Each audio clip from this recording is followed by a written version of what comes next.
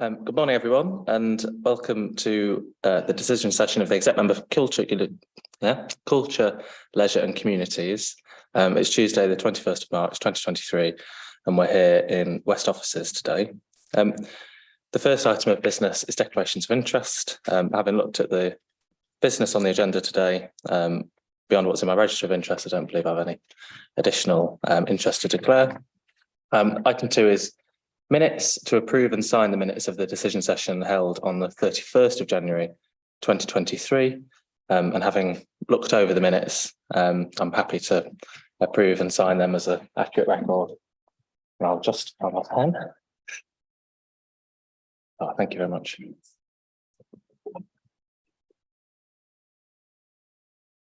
Thank you very much. So that's the minutes signed. Item 3 is public participation. Pleased that we have one registered, not member of the public, but councillor. So Councillor Melly is registered to speak on item 4. And given you're the only speaker and I'm not in any rush, don't worry about the time limit or anything. I've only saying something really brief anyway, because I think we're in agreement on this one. Yeah, I'm just here to welcome this report for Inclusive Equal Rights and to thank everyone who's worked on it. The information and the statistics in the report about the extent and nature of racism in York are shocking, but not surprising. And they confirm what people of colour have been telling us for years, especially the parts about personal abuse, the pay gap, lack of representation in management roles, and the use of police stop and search powers. The report really poignantly highlights the need for action to address racism and racial disparity in our city. And this needs to be just the start. I see that the recommendation is to just note progress, but I hope there will be real action so we can genuinely become an anti-racist city. That's it. Thanks. That's brilliant. Thank you ever so much. Yeah, thank you ever so much for coming, Councillor Melly, and completely agree with obviously everything you've just said. And we'll discuss it further when we get to agenda item 4. Speaking of which, the next agenda item is agenda item 4, update on anti-racism strategy work. And we're joined by Laura Williams, Pauline Stutchfield and Claire Fole in the room. So I don't know who would. Pauline first. I'll start, Chair, thank you. The report gives the context behind the work of IER UK 3.0's work, which is the cross-sectional anti-racism group that was established following the Council's unanimous commitment to declare to become an anti-racism and inclusive city, and that motion was agreed in October 2021, and we heard then, it was a very emotional meeting, if you remember, where we heard from people with lived experiences around their experiences in York, which led to the unanimous agreement from all councillors in the room. The overarching goal of the motion was to develop a long-term anti-racism and inclusion strategy and action plan for York. The action plan will provide an evidence-based set of initiatives to tackle and dismantle casual and systematic racism, promote equality and fairness, and champion diversity and inclusion in the city of York. And we welcome the initial report from IER UK's work, and the report here is in 2 parts. It describes to you how we've worked with the group and supported the group over the period to date, but also our initial response to their findings as well. So if you look to paragraph 9, paragraph 9 talks about the support we've given to the group in terms of funding, ongoing advice and support, distribution of survey material, supporting data requests, and I know Claire's team particularly have helped with providing data, but also we've got some volunteers working with the group to help support analysing the data as well. And we've facilitated introductions to future partners as well. So personal recommendations from myself, but also Claire asked the group to speak to the heads of communications across the city. And we meet with them every quarter with yourself and look through how we can provide support, further support to the work.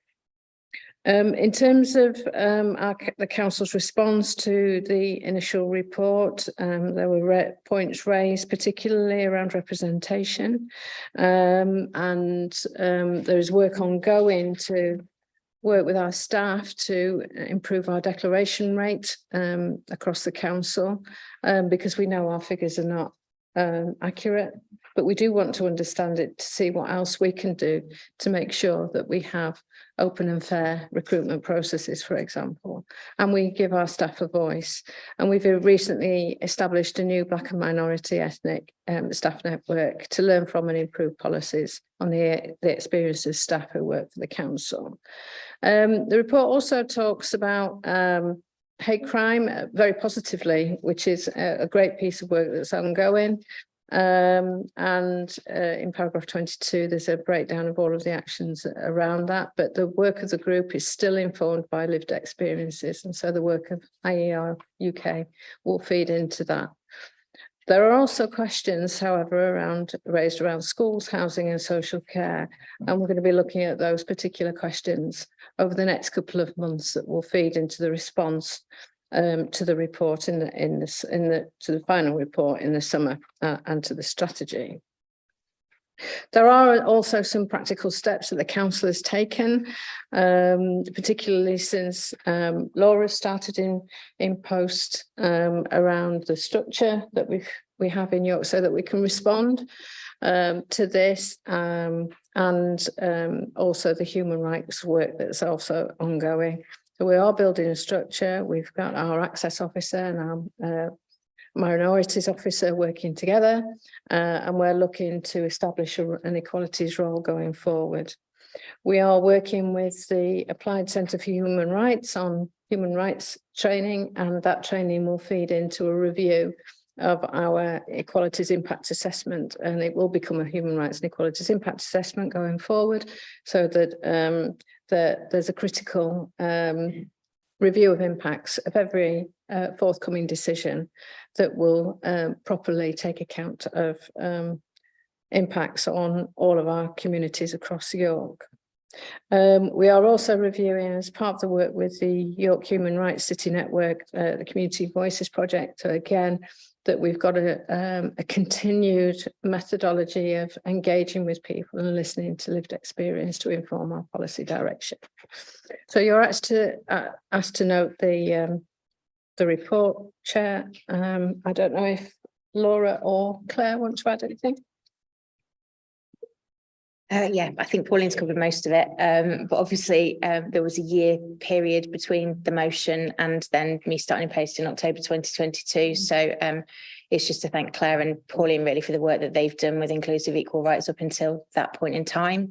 And as Pauline says, my kind of focus moving forward is both making sure that we've got the right team in place within the council, but also making sure that it's not just that team working on inclusion and equalities and anti-racism, but that actually that's embedded across all of the council's teams and directorates and policies, which is obviously why I'm working with Claire. Yeah, and to just tie it in with the really good work that's going on with the hate crime working group, other working groups that we've got, and whatever replaces the Human Rights and Equalities Board, which obviously we brought you a report on last month. So yeah, that's. Thank you. The only thing I really wanted to say was just to thank the people that contributed to the report. So I know you've mentioned it, Councillor, but a number of people came forward to share their lived experience, which is really difficult for people to share. And it's from those people that we can learn and move on. So to thank them personally, and also to encourage anyone else to come forward to speak to the Inclusive Equal Rights UK group. Thank you.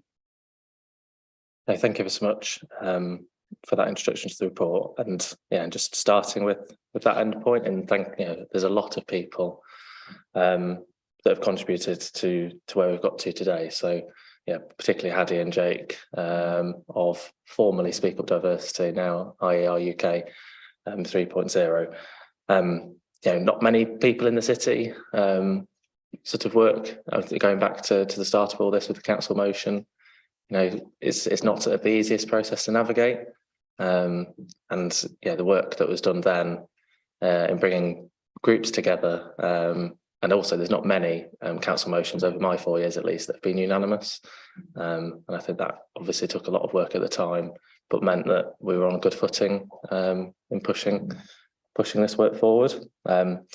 Equally, thank you to all the pioneers and volunteers gone by. So particularly the other. We're blessed in York to have a great many organisations, charities, voluntary groups working in this area. So from Wyron to those working with refugees and asylum seekers, to those university groups, including the Applied Centre for Human Rights and others. Whilst there's an awful lot of work to do, it was arguably and understandably much more hard for those that were the early ones and the founding campaigners in the city. Obviously, there is as the report notes, an awful lot more progress needed to end race discrimination in the city and the country. But I think the action plan that will be developed, plus the initial points that we've already achieved, are a good start. And I think it's right to sort of set that ambition. We shouldn't, aiming any lower than ending race discrimination isn't good enough. So yes, agree with that end goal, and likewise thank those that did contribute through surveys and feedback, because it is a very unpleasant experience, and then telling that story again is equally unpleasant. I know myself, I was with a friend that was racially abused in the McDonald's on Blake Street. And they themselves didn't want to report it at all because they didn't particularly want to think about it again. So that's within the hate crime statistics, will never have been counted anywhere, but it's still nonetheless a very unpleasant experience. With that, I think obviously I have understandably no changes to make to the report or the recommendations, so very happy to note the recommendations and approve them on page 7 of the paper today, paragraph 4, to note the ongoing work in relation to the council motion to become an inclusive and anti-racist city, and to note the initial response to the IER UK report. So thank you once again for all the work that's gone into all of that. And thank you, Councillor Melly, as well, for coming along and speaking today, which I think demonstrates again the cross-party nature of this anti-racism work. With that, I was about to mute myself then. With that, that's the end of agenda item 4. The next agenda item is agenda item 5, urgent business. I don't have any urgent business other than to say, as this is my last decision session, just to thank everyone who's ever spoken, contributed to written reports for, and made possible decision sessions gone by. I think it is a really good way that York, very good method that York has for making policy. When you think about actually what's been achieved over the last 4 years, whether these have been shared from West offices or my living room or bedroom in the early days, it's been very much appreciated, all the effort and work that's gone into putting these decision sessions on. So thank you ever so much. That is the end of item 5, even though that wasn't urgent business. With that, that's the end of the meeting. Have a lovely day.